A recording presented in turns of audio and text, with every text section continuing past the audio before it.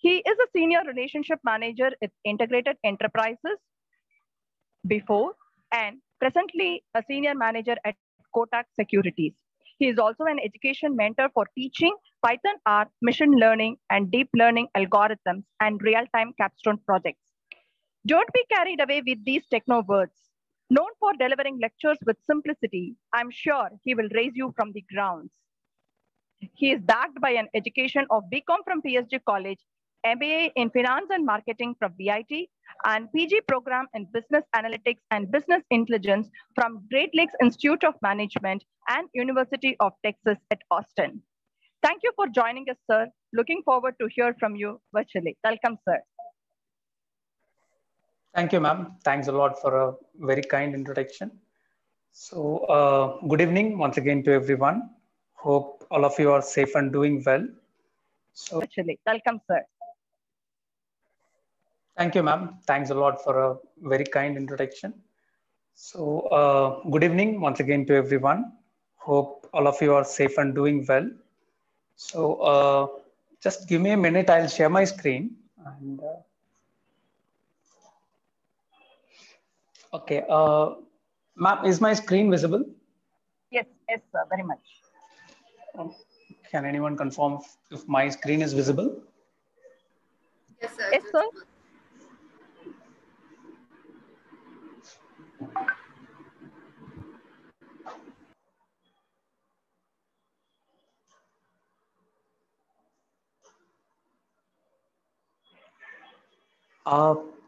Is my screen visible? Can I? Okay, that's great.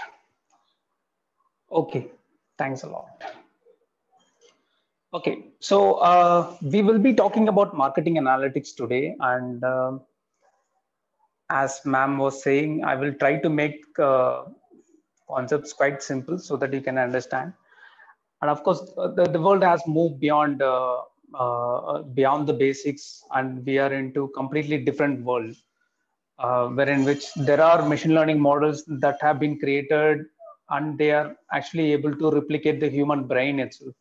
So what a customer will think, and how will he react, and what kind of purchase decision he will make. They are trying to replicate the same with understanding the human behavior, and with the help of models like neural network and all that, they can understand very clearly how a human with a given situation will actually react to.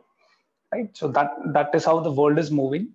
But for this session, we will keep things simple, and we will understand from the ground level how these things are done. And I will also show you some of the demo which are very basic in nature, and some demo on how the things are done, which I believe will definitely create an intuition and the interest inside you to pursue something on this.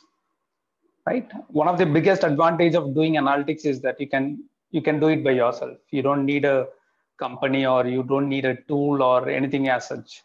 With, let's say, with Microsoft Excel, you can do wonders in the industry, right?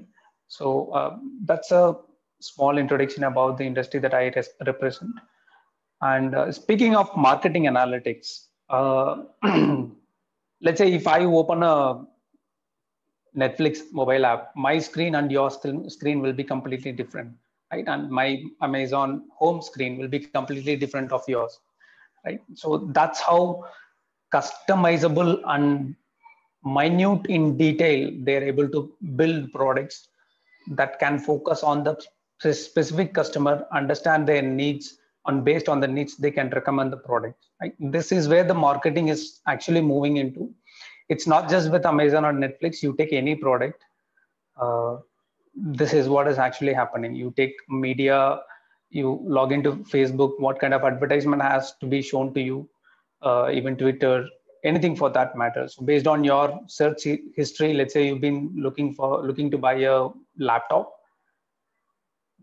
any website you open, you will get a laptop advertisement in your screen, right? These are part of digital marketing, and the industry is in a very huge demand, and all the brands are much focused on spending money here, because this is most certain. You will know what to sell to which customer, and you will know what to show to which customer and all that, right? So that's basically an outset of what marketing analytics is all about, right?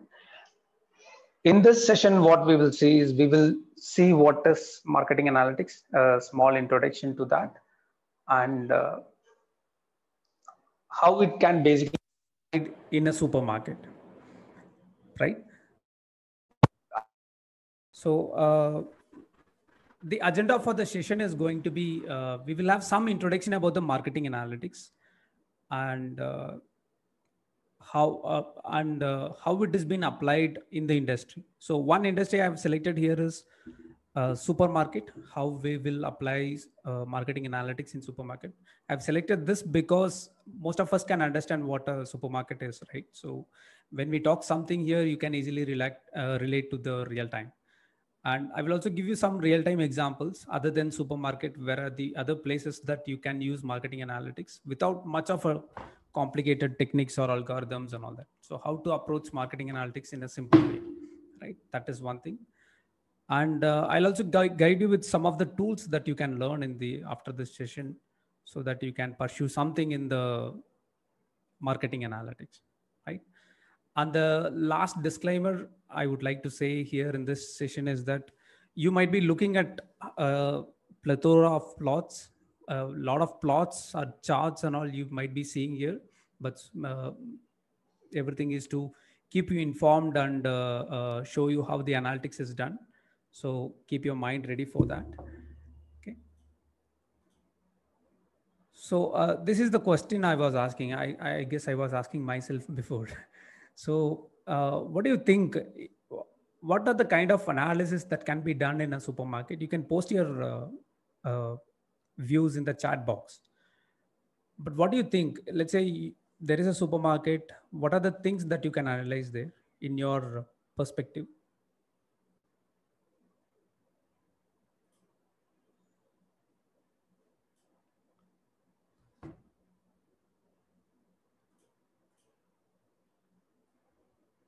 Okay, I'm seeing discounts, stocks. Okay, that's great.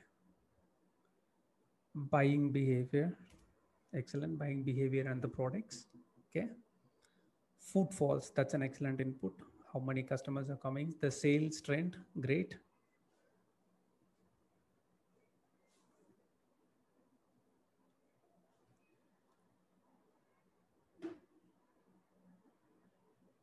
Is that it? Discount, stock, footfalls, sales.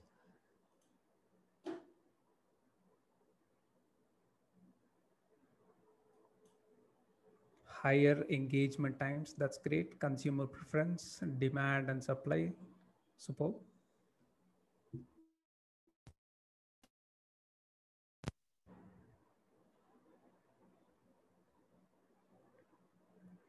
Revenue, of course, yeah. That's why the business run for, great. Okay, so really good inputs from all of you. And we'll also see what are the other things that can be done as an analysis perspective in supermarket, right? But before that, I would like to show you how the data generally looks like. Let's say if you are an analyst in some supermarket, this is how the billing data will look like, right? I'm just showing you a sample billing data. So if you have a billing data like this, let's say what item has been bought, what is the billing bill number, right? What category it is, what zone it is, who is the manufacturer, brand, now the sale amount, discount, right? What is the tax that is applied, everything, right? If you have a data, something like this, I mean, you can walk into any supermarket and if they know you or if you can convince them, they can give you this data right away, right? Most of the supermarkets, they give it right away. They don't hesitate too much these days. Okay. But if I have a data like this, let's see what are the things that we can do. Of course, you can do a lot of things, but I've tried to relate them to the marketing perspective, right? In terms of purchasing power, what you can understand from this, you can create a decision tree. So when I say decision tree, it's basically like you all have watched, must have watched a Titanic movie, right? And if I ask you, who is more likely to survive that tragedy? Is it men or women? You will probably say women, right? Because when the rescue team came to rescue the passengers, they looked for female passengers first, right? And if I further ask you, okay, any other details that you can give, you might say, okay, if a woman has children, probably she's likely to get survived, right? And other things, let's say if she is in first class, so she will be at the top of the ship, so the time to sink will be more, so she will have more time to rescue, right? So these are the step by step questions, and based on that you can split the trees, right? Well, what is the gender? Let's say, what is the gender? Is it woman? Then we will move on to the next one. If it is a male, then we will stop our analysis here. Then if it is a woman, then does she have a children? Yes or no? If it is yes, then we will further build upon the story. We will ask for the next question, right? So this is how a decision tree is built. And the same kind of approach can be used in marketing also. Like, if what is the customer age? Have he bought this product or not?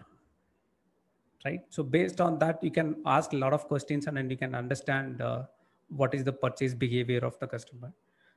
And the second one is clustering of bills. You can create a cluster of your customers. Let's say 1,000 people. And somebody will come to buy only 1 or 2 items. Somebody will come to buy about 50 to 100 items.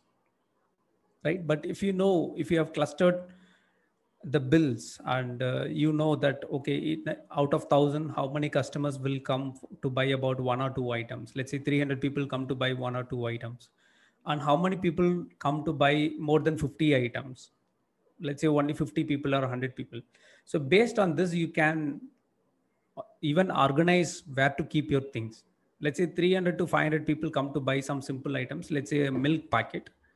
Then you can place the milk packet at the corner of your supermarket, so that the people will cross multiple items before they reach the item that they want, right? So within which they might get convinced to pick some other items, right? This way you can simply double your revenue. Let's say a milk packet costs about 50 rupees, for example. And as they walk through multiple, let's say hundreds of items, they pick another product, let's say what, for about 50 rupees, right? So now the bill size should have been 50 rupees, but he picks another item. Right away, the revenue doubles here, right? So this is where the clustering of bills helps supermarkets to increase their revenue. Somebody said revenue in terms of analysis in supermarket, and this is how they can easily double the revenue, right? And the second one is brand influence, right? Among the bills, of course, whatever I'm saying here, you don't have to imagine it. I have all the examples with me in this presentation, so don't bother how the things will be done. I will specifically explain everything. So we will see how text mining can help you to understand the brand influence, and inside a supermarket, which brand is particularly preferred and why it is preferred and all that. Okay. And in terms of product preferences, this is where market basket analysis, an important algorithm, comes in. Remember, if you go to a multiplex, of course, we all miss multiplex these days, but when you go for a movie, in the interval, when you look to buy something, you would have been suggested with some combos, right? Regular popcorn and some soft drinks and all that, right? These are just to increase the average bill size. You will definitely be having a popcorn, and what if I can associate some other product with it, so that an average popcorn might cost only 100 rupees, but with a combo you might be spending about 180 rupees or 200 rupees, right? This way they can easily double their revenue, right? The same applies in your Amazon and Flipkart and all that. Like, you normally get the suggestions, right? Customers who have bought this have bought this and all, right?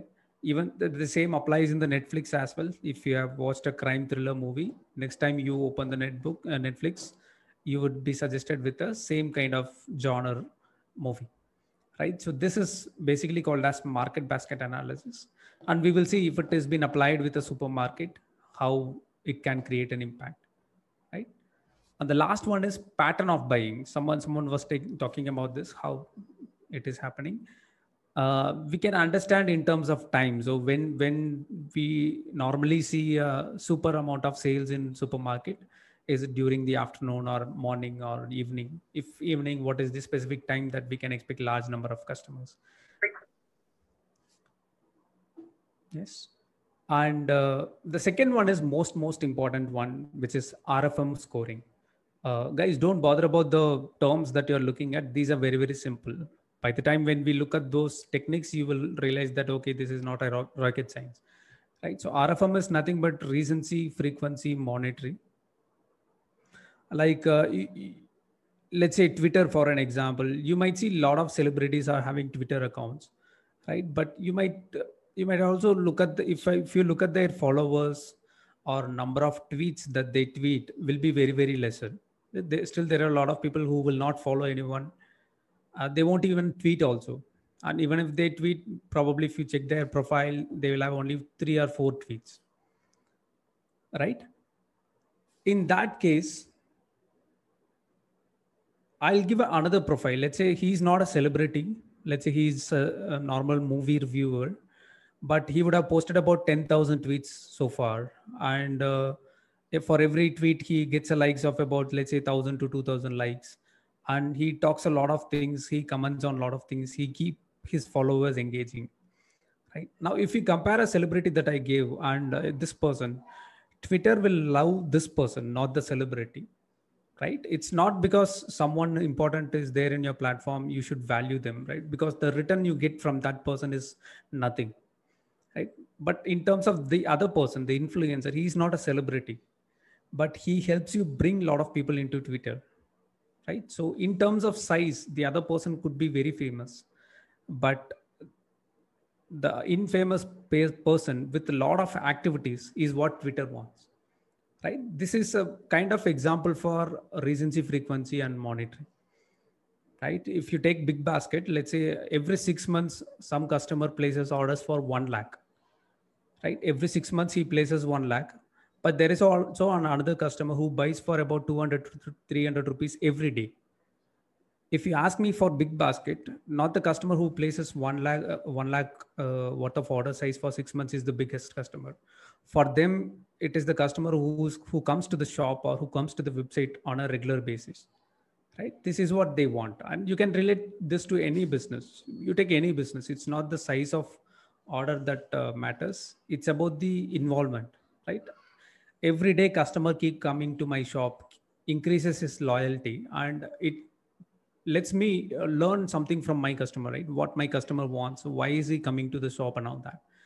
But with a 6 months old customer who comes just only once or twice in a year, you won't even know why he is actually coming to you. I mean, there are a lot of chances he can go to the next vendor also, the very next minute. You will never know anything about him, right? So this is what recency and frequency monitoring tracks, right? So we'll also see how that is actually done.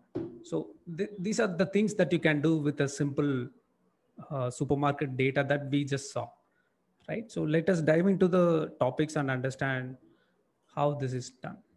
Okay. So this is basically zone-wise analysis. So the data I showed you was from one of the supermarket in Chennai, right? And if you look at the layout of that supermarket, this is how it is. This is basically the entrance, and they have billing counters, and they will have different zones and products, right? If you look at the zone wise top category, within each zone, which product is mostly sold, it was staple items on the zone 2, right? When I say staples, these are nothing but the grocery items, like you name it, whatever. I mean, say Sakti Masala, or some pulses, etc. So this is highly sold commodity, and you can look at the size of it. It is nowhere comparable to any other categories. And this supermarket has efficiently placed this zone 2 at the corner of the supermarket, so that they know most of their customers comes to buy something in this zone only. So they ensure that is placed at the corner of the supermarket. Before reaching that spot, they would have got exposed to about, let's say, 500 items at least, right? So this is zone wise analysis. With the layout, you can understand where you should keep your product and how to plan the sales force also. Let's say if I want to push my product. Let's say I want to place an efficient salesperson. I don't want to place at this place because here anyways customer will buy something, right? So I'll have to put them at some other area where in which I introduce new products, so that any new customer walks in, they will definitely go and talk to the customer saying that why can't you try this product, right? So this is one basic analysis. Next is the sales analysis. So this is basically a hourly plot of sales, and we can see how it is actually wavering. And this is, we generally call it as seasonal, right? So we can see this trend that is prevailing. So when the morning starts at the 8 hour, you are looking at a 24-hour time zone here, and it starts at 8 o'clock, and it goes on to some peak levels during 11 to 12. And after that, it dips further. And once again, let's say after 5 o'clock, the sales start to go up. And time between 6 to 8 p.m. is where the supermarket sees very higher amount of sales, right? This is very, very much needed for the supermarket owner to know, because let's say they want to do any marketing activity, or they want to give any discounts, or they want to run any contest. They should be doing it when there is a crowd, right? Not when there is no crowd. Right? So these are all very preliminary. I know you guys would have seen this, or you could easily imagine this and all that. But my agenda is to start from the basic level, right? Let's just ensure that we are quite okay with the basic levels. Okay. And this is one analysis where we checked for the groups. Let's say what are the top 10 groups: edible oils, dals and pulses, cereals, chocolates, snacks. These are the top 10 categories where the sales is higher for that particular supermarket, right? And we also check the trend of those products within a month, and we can see on a monthly basis the trend has been going down for the most of the groups, because first 15 days where you can expect people to buy and stock up things for their entire month consumption, right? So we could see the same trend in all the products. So we told the supermarket owner that, okay, first 15 days are the days where you can capitalize on your customers. Most of your customers will walk into your store in the first 15 days. If you want to give any discount or membership, or you want to build any loyalty program, first 15 days are your time. There is no point in doing anything after 15 days, right? So this is one of the analysis I liked very, very much. So this is a word cloud that was built from the billing data. Remember, we saw this billing data, right? So we just took this one column and we took the text that is there here. So if a brand size is larger, it means that has been repeated more number of times. And for this supermarket, the Nilgiris brand had been repeated more than once, right? And after that, you can see Archie, Mantra, Cadbury, and all that. Milk looks like most frequently sold product.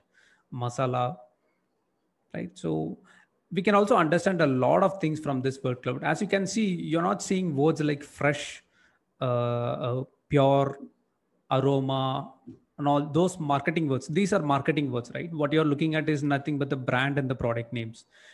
So it looks like the customers in this particular supermarket are not influenced by catchy words like fresh, whatever word I just said, right? So these customers, it looks like they are a lot of if you check anyone's bill items, they are mostly of essential items, not the fancy items like let's say frozen chicken, Maggie, or chocolate, dry fruits, and all that, right? Most of the customers are basically buying essential commodities. So this on a group wise, it tells you an overall picture of your customer as a group, right? So this is something that you can do it by yourself. Let's say I'll just give a demo of how to build a word cloud. You can just go to Google and type word cloud online, and if you scroll through multiple links, this is one thing that I always love, which is cool infographics, and within which there are different platforms. This one is what I generally like, and you can build anything. Like if you bring in any text, let's say I've done this India versus Sri Lanka match search in my Twitter. So you can simply copy all those tweets. Right? Don't matter whether it is written in English or Hindi or whatever. You can just copy and then paste it here. Right? So we are getting some tweets here, and of course, India versus Sri Lanka is the tag that is being used most frequently. And a lot of the people were talking about Prithvi Shah. I think his performance was not that much yesterday, but people are talking about him. Maybe they're not happy with his performance yesterday. That's why they're talking. And it seems Bhuvaneshwar Kumar did a fairly decent job yesterday. And people are talking about Shikhar, right? So you get a view of what people are actually thinking. If you had ran this in the morning, I was looking at Rahul Dravid and coach as well. So most of the people were talking about Rahul Dravid and his coaching abilities and all that. So you can see Dravid in a very smaller font here, but morning it was very much higher, right? Of course, I've selected only about 10 or 12 tweets, but normally people select about 2,000, 3,000 tweets and they check what is the sentiment here, right? This is some simple cool stuff that you can do it from your own system or whatever tools that you are having, right? So this gives a lot of perspective on what people, and if you look at this plot, Nilgiri's brand has been given highest preference out other than any other brand, right? So that clearly tells the supermarket owner that you can miss whatever, but not Nilgiri's, right? You need to ensure that you stock up Nilgiri's products any point in time, right? So the other one is purchase patterns, right? Like I said, market basket analysis. We did some of the market basket analysis. This the one you are looking at here is market basket. What is the relationship between a beverage and all the other items like food items, liquor and tobacco items, merchandise, miscellaneous items, right? We saw there is a very huge correlation between food and miscellaneous items, right? If someone is buying some food items, they are likely to buy some miscellaneous items. Where this will be useful is like when we did for the supermarket, we found people who are buying toothbrush have been buying toothpaste, right? Pretty much obvious thing, but it was supported by a statistical figure, and we suggested bundling them, right? What this will influence in terms of customer mind is, if I buy them separately, I will be spending about 20 or 30 bucks, but if I buy them together, I will be saving that money, right? But anyways, if I buy toothpaste, I will definitely have to buy a toothbrush, right? So there is a compulsion and there is some essentiality, I'm sorry. So if I bundle that, if the customer's bill amount is going to be 100 rupees, it will automatically increase to 150 rupees at least, right? So you right away increase your turnover by 50% with that one customer, right? That is the effect of bundling, combo offers, buy together things and all that, right? So this is one of the example of how to do that example of market basket analysis. Okay. There is another algorithm which we will not be talking here, but I've just given a demo of it. So this algorithm helps you to forecast the sales. So it will tell me what will be the next month sales, right? And it can be so super accurate that as you can see here, the blue one is the actual data and the red ones are basically the prediction ones, right? And you can see it can predict more relatively closer to the actual data, right? So this helps them to plan their next 1 month sales. Based on that, should I introduce, let's say my algorithm says next month sales will be lower, so what can I do, right? Should I increase my membership programs or discount programs? Or if my algorithm says next month will be very good, then you can start introducing some new products into your supermarket, because next month is where you expect a lot of footfalls into your shops, right? This is not just for revenue. You can forecast your footfalls also. Every day, how many customers are coming in. Based on that, you can forecast the next 1 month or 15 days footfalls, right? This is highly needed for brands like shopping malls and supermarkets. They really need these footfall forecasting. The same goes for the multiplex as well. They need to know how many customers they can expect in next 1 month. based on that, they can plan the number of resources they want. Should we bring in much more shops inside, or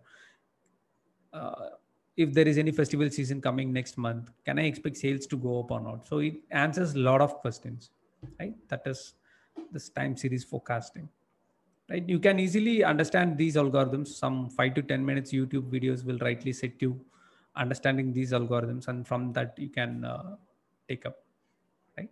So see, whatever we've been discussing so far, if you look at these plots and all that, it tells you some direction, right? It is not going to surely say that every day it is going to be between 6 and 8 o'clock is where you can expect the sales. It can happen, right? The probability of this happen is higher, but nobody can certainly say that this will happen, right? You don't have the data for the future. But what happens is, where does the certainty comes is post purchase phase, wherein which when the customer has made the purchase, now you know what your customer has bought, right? From that you can understand very clearly what your customer actually likes, right? Customer can take hundreds of products. There is something called hand to cart, right? If you log into your Amazon, you will probably have 1 or 2 items in your cart, right? But you would have not bought it. So people will buy search a lot of things, but they won't buy a lot of things. But you can only make assumptions out of their searches, like what this customer will like, whether he will buy this product or not. But when they purchase the product, the transaction has happened. It is something that is very certain that has happened. From that, you can understand a lot of things, right? So I've just given 4 or 5 examples. Companies get a certain area to work, and if they want to retain a customer, they can easily understand from the past customers' behavior, right? And how well I can increase my offering. Let's say my customers are buying already, but are they buying to their fullest potential or not? Let's say the average bill size of my customer is only 500, wherein which I think a customer can spend even 1,000 rupees also. So you can think about bringing in new products so that you can pocket in another 500 rupees also, right? And will my customer leave me? Of course, based on the behavior. Let's say last 1 month, my regular customer transaction is falling down, right? You can relate this to telecom. The number of calls you make, if it is coming down, probably it means you're stopping to use your mobile phone, or maybe you have started using some other network also, right? So these are post-purchase phase that helps companies immediately and accurately know what will happen to this customer, right? Let us look at some of the examples. This is basically a clustering algorithm. We will very shortly see how to do clustering. But before that, let us understand this. We had done this clustering for, someone said footfall in the comments. So this is we done on the footfall, right? We created 6 clusters. Each customer will belong to at least one of the clusters in that particular supermarket. Among those 6 clusters, customers who fall under cluster 6 have 30% share in terms of footfall, which means actually out of every 3 customer who walks in, 1 customer will fall into this cluster 6. And cluster 6, cluster 2 and cluster 1 together shared about 70-75% of the entire supermarket share. And other group of customers share only very lesser percentage, right? So the same is applied for the revenue share. As you can see here, the number of customers walking in supermarket in a higher way is from cluster 6, but the cluster 6 revenue is not that much, right? Cluster 6 revenue is only 6.8%. This can easily tells me that there are a lot of customers are walking in, but they are not giving you more revenue, right? When we approached this supermarket, the owner said, my business is doing good and I don't see any problem in my business. Then we said, okay, sir, we will at least understand how a good business will be. You are saying your business is good, but we want to learn from the data that how good this business is, right? And if I want to build a good business, I want to know how it is being built and how it is running. So he got all the pride and he said, okay, then okay, you guys can learn something. But when we gave this input to him, he was really in a shock, saying that, okay, every time I see about 100 people inside my supermarket, but all these guys are wasting time here. This is really a surprise to me. This was the feedback from him, and this very clearly show. And also, if you look at the cluster number 5, only 5.2%, but they have 26% share in the revenue. Right? This was pretty much saying that they don't frequently walk in, but when they walk in, they buy a huge amount of products. Right? If you want to give discount, you should probably target these customers so that they will very frequently come back to your supermarket.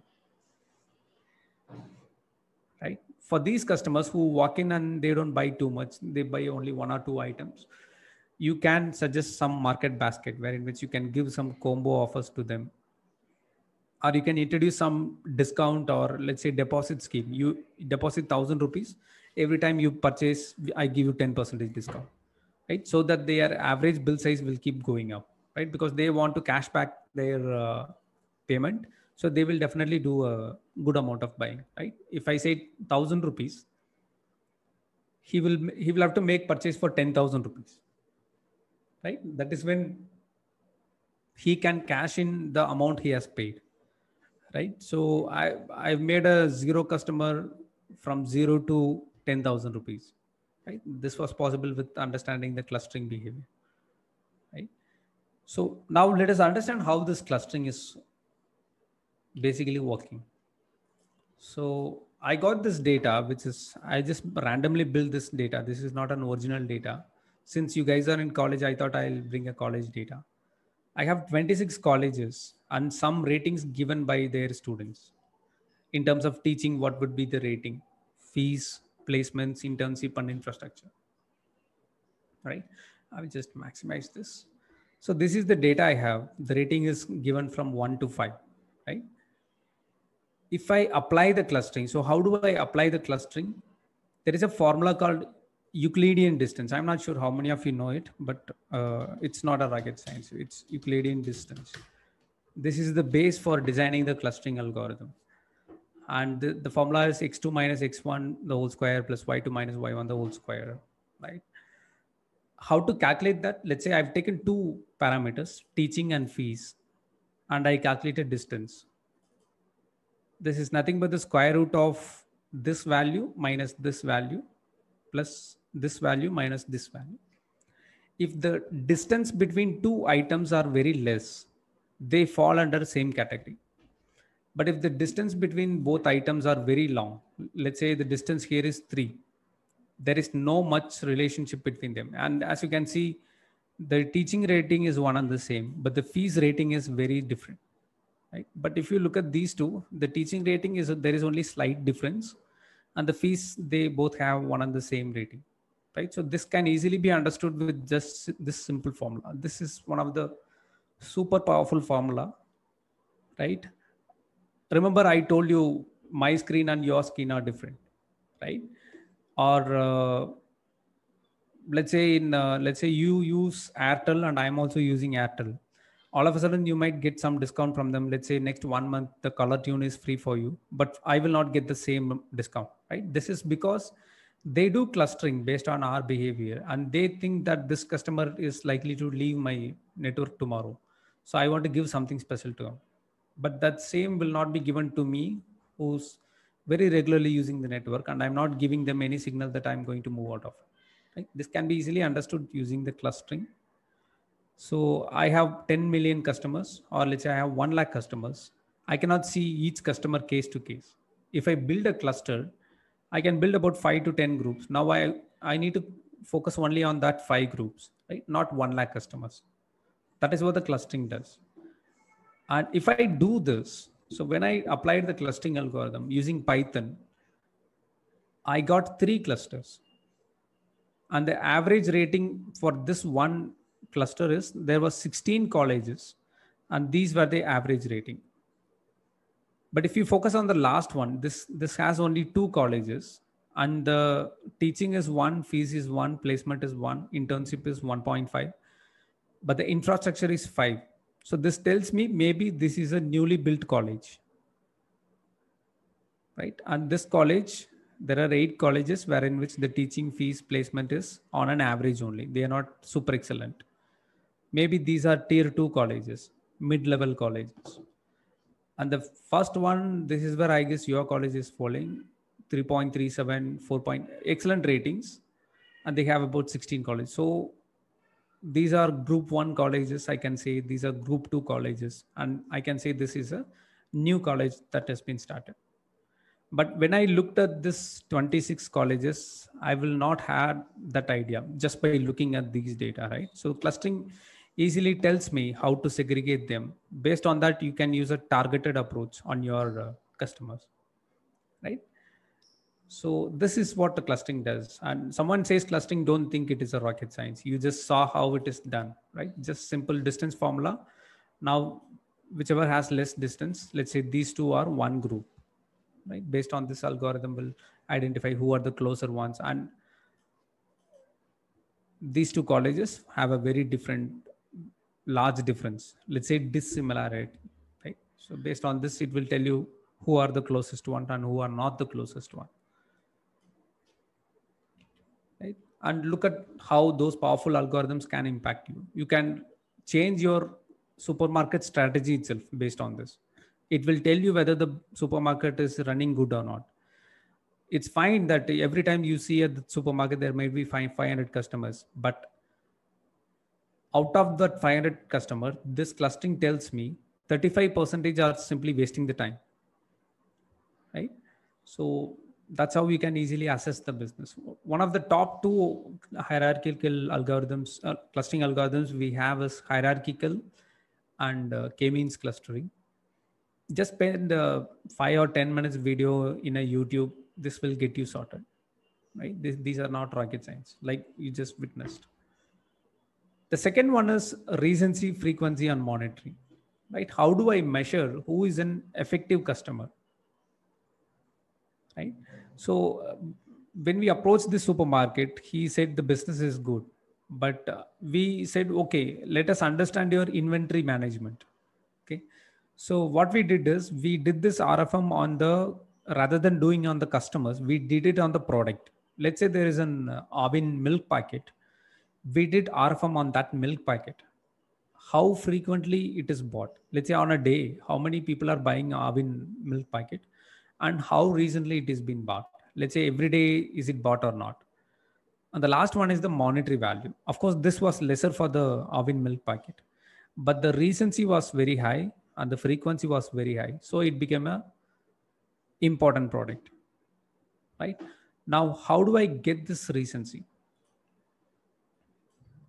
Simply from the date that you have in your data set, right? If the date, let's say today is, if today is 21st of July, do I have any date on 21st of July? Of course, this is an older data. You don't have to relate to my example to this bill data, but I will just check is the date of that particular product is 21st July or not. If it is so, then it is recently bought. Or let's say past 15 days, this product was not bought. Then the recency for this is 15 days. If it is bought today, it is 0, right? So I will say 0 as the highest recency and 15 as the lowest recency. Okay.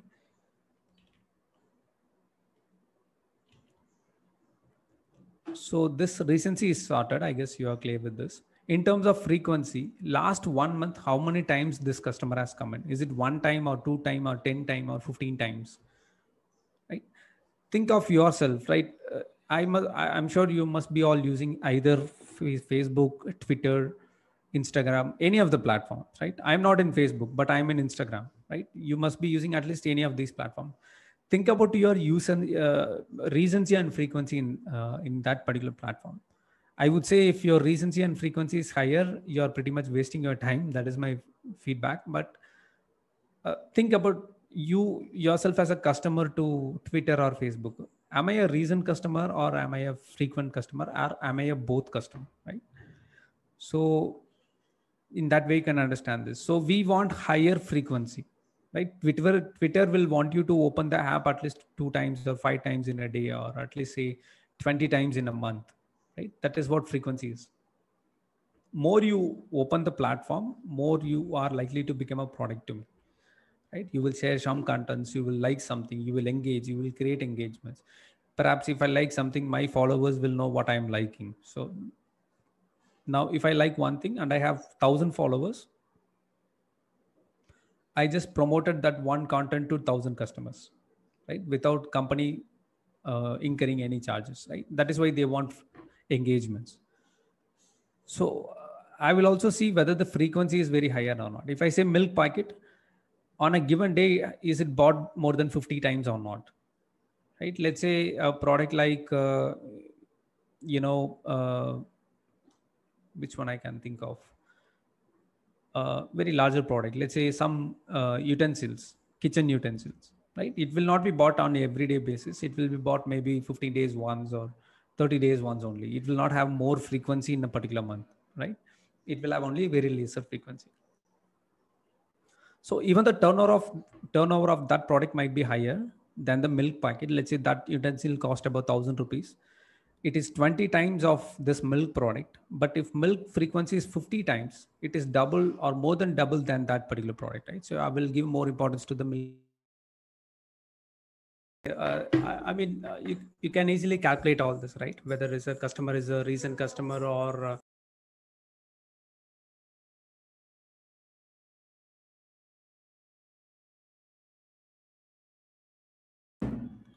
right. So this is one excellent algorithm. And as I said, when we presented this to the supermarket owner, he was about to change his entire inventory structure, right? So this is one super powerful algorithm. And I'm just going to put a pause on this supermarket example. I guess we've seen a lot of things, right? I'm quite sure now the way you look at the supermarket is going to be different. Where are the other places that marketing analytics is useful as? One platform is Google Analytics, right? I will strongly recommend you to learn this Google Analytics. This is not that great of a tough tool and all that. Some YouTube demo can help you understand this Google Analytics. And this, you take any website and this will tell you how many visitors are there for your website, and is it organic or are they coming from any other platforms, or are they directly searching your name in the Google and they click that or not, right? You can see a lot of their behavior, at what time they log in most on daily basis, and what is their revenue and all that, right? So understand this. You can understand the website traffic, most pages viewed. You might have a website where in which you have 100 pages and which page is mostly viewed, right? That is where people like your website, right? So you need to ensure you spend some money on building that particular page, right? You keep changing the items there so that the customer will not be bored, right? And managing the contents and engagements. If you have a content team within yourself, people who write a lot about your product as an employee for you, you can allocate them to focus on these key web pages where your customers are coming in, right? So this is also one of the analytics. The other one, what you can do with Twitter, right? You can download the tweets. Let's say I want to know the sentiment of, let's say, any movie that has come. I want to know what is the sentiment of it. You can download about 25,000 tweets from Twitter. Of course, here you need some advanced coding skills and you need to know what is Python, what is R. A lot of coding languages are there. If you know that, you can download all those tweets and you can understand, right? We did one project for McDonald's to understand how their Twitter users are talking about them. And we also even plotted them in the world map, and we understood that most of the people from the United States were talking about McDonald's, not much from India, and some of the people in South Africa and United Kingdom, and not much in China also. So this brand is not seeing so many tweeters from Asia and only from United States and the United Kingdom, right? In terms of higher number of tweets, the simple line plot told that which day was the active day. Let's say on January 15th, 2020, it's a very higher number of tweets, And when are their customers largely tweeting? It is more on the night 8 o'clock and sometimes early morning 5. This is in our Indian time, but when we relate this to US time, this is somewhere around the evening for them. That is where they tweet a lot about this company. And these are some of engagements. As a brand, you can understand how your customers are tweeting about you, which is their favorite time. Let's say evening is the best time that most of the people are talking about you. Then if you want to start any digital event, let's say you want to create any hashtag that should be famous, or you are introducing any product in your menu, probably that is the right time that you have to launch that, rather than looking at any other time where in which the activity will be nothing. Right? This is another one that I always like. You take any sessions that I take, I will be showing this example. Remember, we built a word cloud, right? This word cloud I built from that website. If you just type Maruti safety in Twitter, most of the people will be talking about Tata Motors, right? One of the greatest disadvantage of Maruti car, of course, it is a super excellent brand, but people are always not happy with the safety that they provide, right? I don't say that they are not safe. They are absolutely safe, but there are a large amount of people who disagree with that. So Tata Motors understood that. And what they did is in Twitter, they understood that in case of safety, when people are not liking the safety of Maruti, they talk a lot about Tata, right? And not any other brand. Right? So Tata took this as an opportunity and they created this banner in Twitter. Right? They did not post it anywhere. They just posted in Twitter only. Right? So they were indirectly targeting the WagonR, saying that it is not safe. Right? And in response to that, Maruti came out with some Dil Se Strong banner and all to ensure that this is one of the most liked car by a lot of people, trusted by 24 lakh plus families. So they were showing their strength in terms of customer base, and Tata was trying to pull their leg using their safety standards.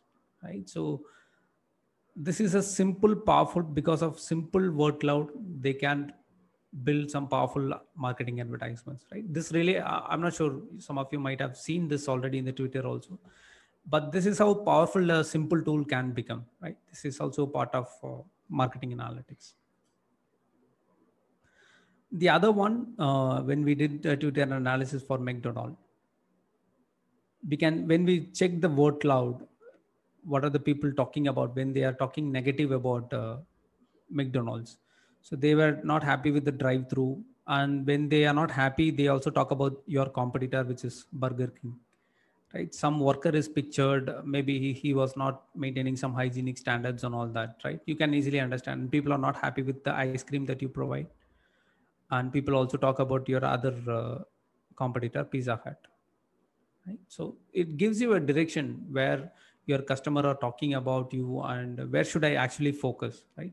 Sitting in the computer, you can understand this. You don't have to talk to customers. You don't have to do traditional, surveys like 500,000. You take survey from 1,500 customers and you review that. Instead, you can simply do this, some powerful techniques, right? You can also understand on a world level, where is your how is your sentiment prevailing? In Russia, people had highest sentiment, strong positive sentiment from McDonald's. Countries like South Africa and somewhere in the parts of United Kingdom, people were not happy about McDonald's. Right? If you are a CEO of McDonald's and you want to know which countries are not liking our brand, this simple plot can easily tell you. Right? So these are some of the powerful algorithms that can help. Right? So I have come to the end of this session. And like I said, you would have seen a lot of plots, but I guess that would have created impact in you. Keep up your analytics perspective, no matter what kind of job or what kind of career that you are having in your mind. You must have an analytics perspective. You are starting a business, or you're going to write something in social media, or you want to become a marketing manager for any company, whatever that you want to do. you need to have your analytics perspective very strong. Right? So you might be doing this already, but from now on, whatever you see, you understand why that is there. Let's say a company's Maruti is talking about safety, you know why they are talking about safety. There are a lot of other things they can talk. Why this particularly? Right? Let's say uh, Netflix, for that matter. If you follow Netflix India, they will be constantly asking what kind of genre that you want, what kind of, who is your favorite actor. They ask all this because based on your preference, they will start producing the contents. Right? I'm quite sure most of you would have seen House of Cards serial that was originally produced by Netflix. That was their first production, and this idea came to them just by conducting some survey in Twitter, and most of them said that they like the House of Cards serial that came 30 years before in United Kingdom. Right? House of Cards is a remade one. It's not a original story. It was a remade one. And when they asked about the best actor, they said Kevin Spacey, right? And who was the leading role in the House of Cards.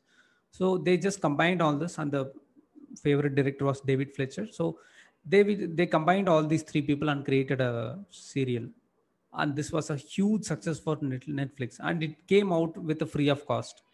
They did not went into the market. They interviewed the people and all that. Sitting at the chair, they just posted some content in the Twitter. With the responses, they decided, okay, this is the product that we are going to make. Right? That is the power of marketing analytics. So understand any organization, whatever they do, understand why they are doing this. Right?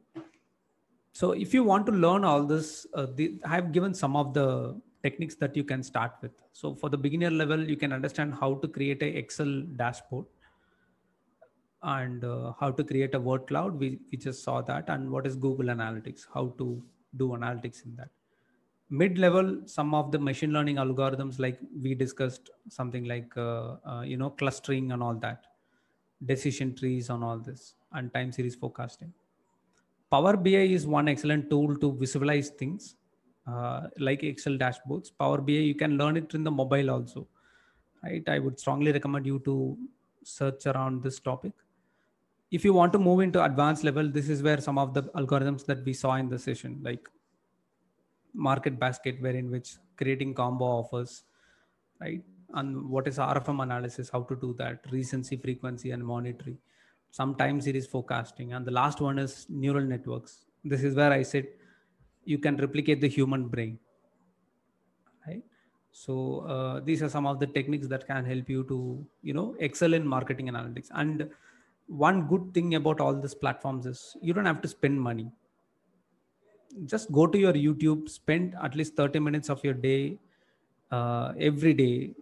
You can learn all this in, let's say, about 2 months to 3 months. These are not rocket science, right? Like Charlata mom was saying, don't freak out by looking at the terms and some jargons that is used and all. End of the day, they are very, very simple, right? I would strongly recommend you to keep up this analytics perspective always.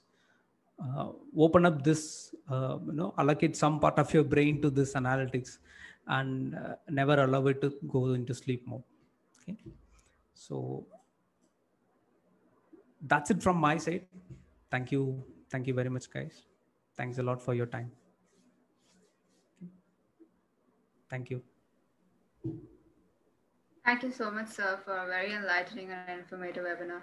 By helping us understand various topics like marketing analytics, application of marketing analytics in supermarkets, and its benefits, and also introducing us to various tools, models, and metrics that can help us to advance our skill. From the audience, is there any questions that anyone would like to ask?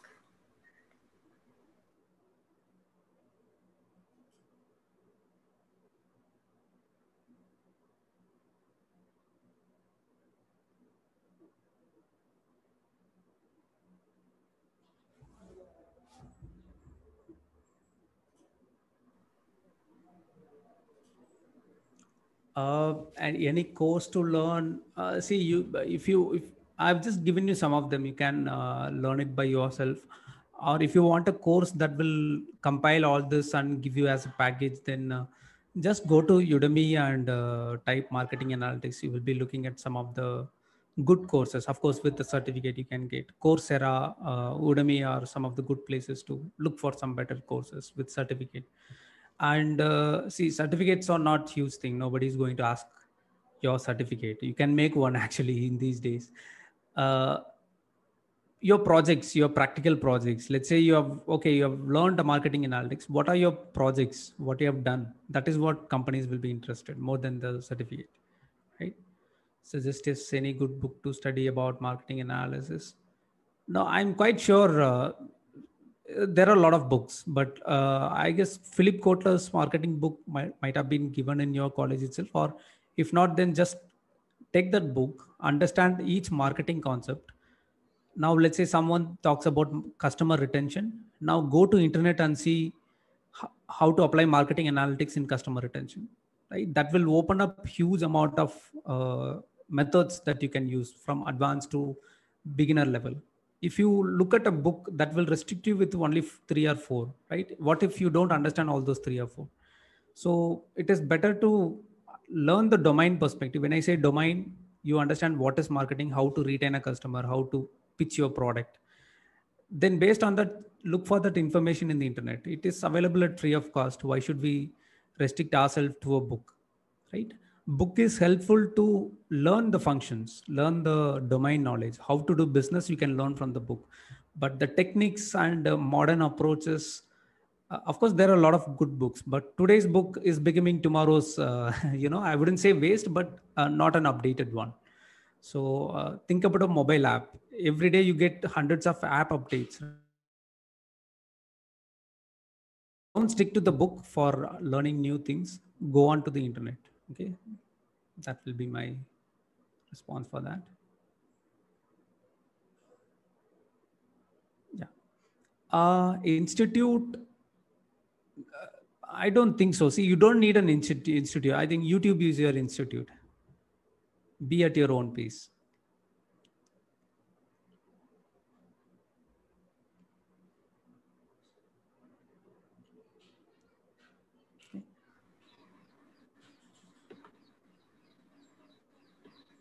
Yeah, and one more thing, Charulata ma'am was saying in the morning, if you guys are going to do any project for any companies or anyone, you prepare a questionnaire, and I would recommend you to learn how to conduct an online survey and how to promote your online survey, right? If you are good at promoting your online survey, you can get about 1 lakh to 2 lakh responses for your survey.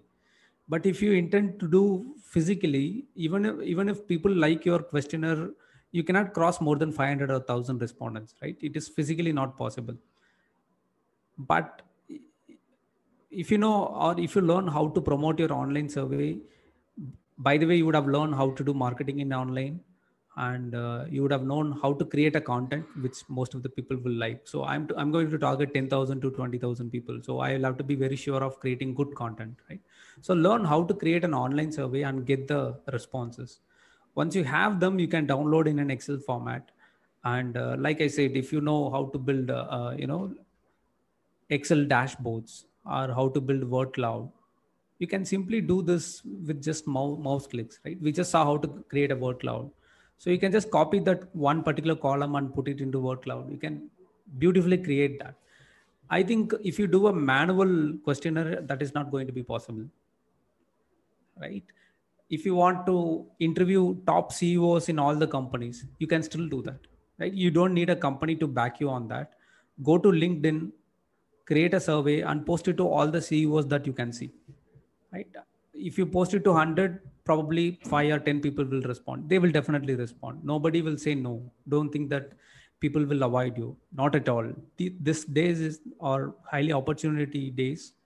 Don't restrict yourself thinking that people will not be interested in your questionnaire. Who knows, they will be interested, right? So learn that and reach out to, I mean, see, by finishing up your college itself, you should have created impact with 5,000, 10,000 people.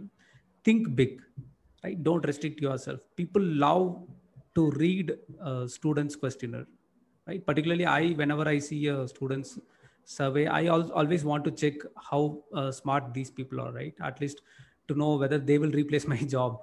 So I will at least know whether they're smart enough or not. At least for that, I will go ahead and take up those surveys, right? So people will really, really love to respond to younger minds, younger people. So be creative.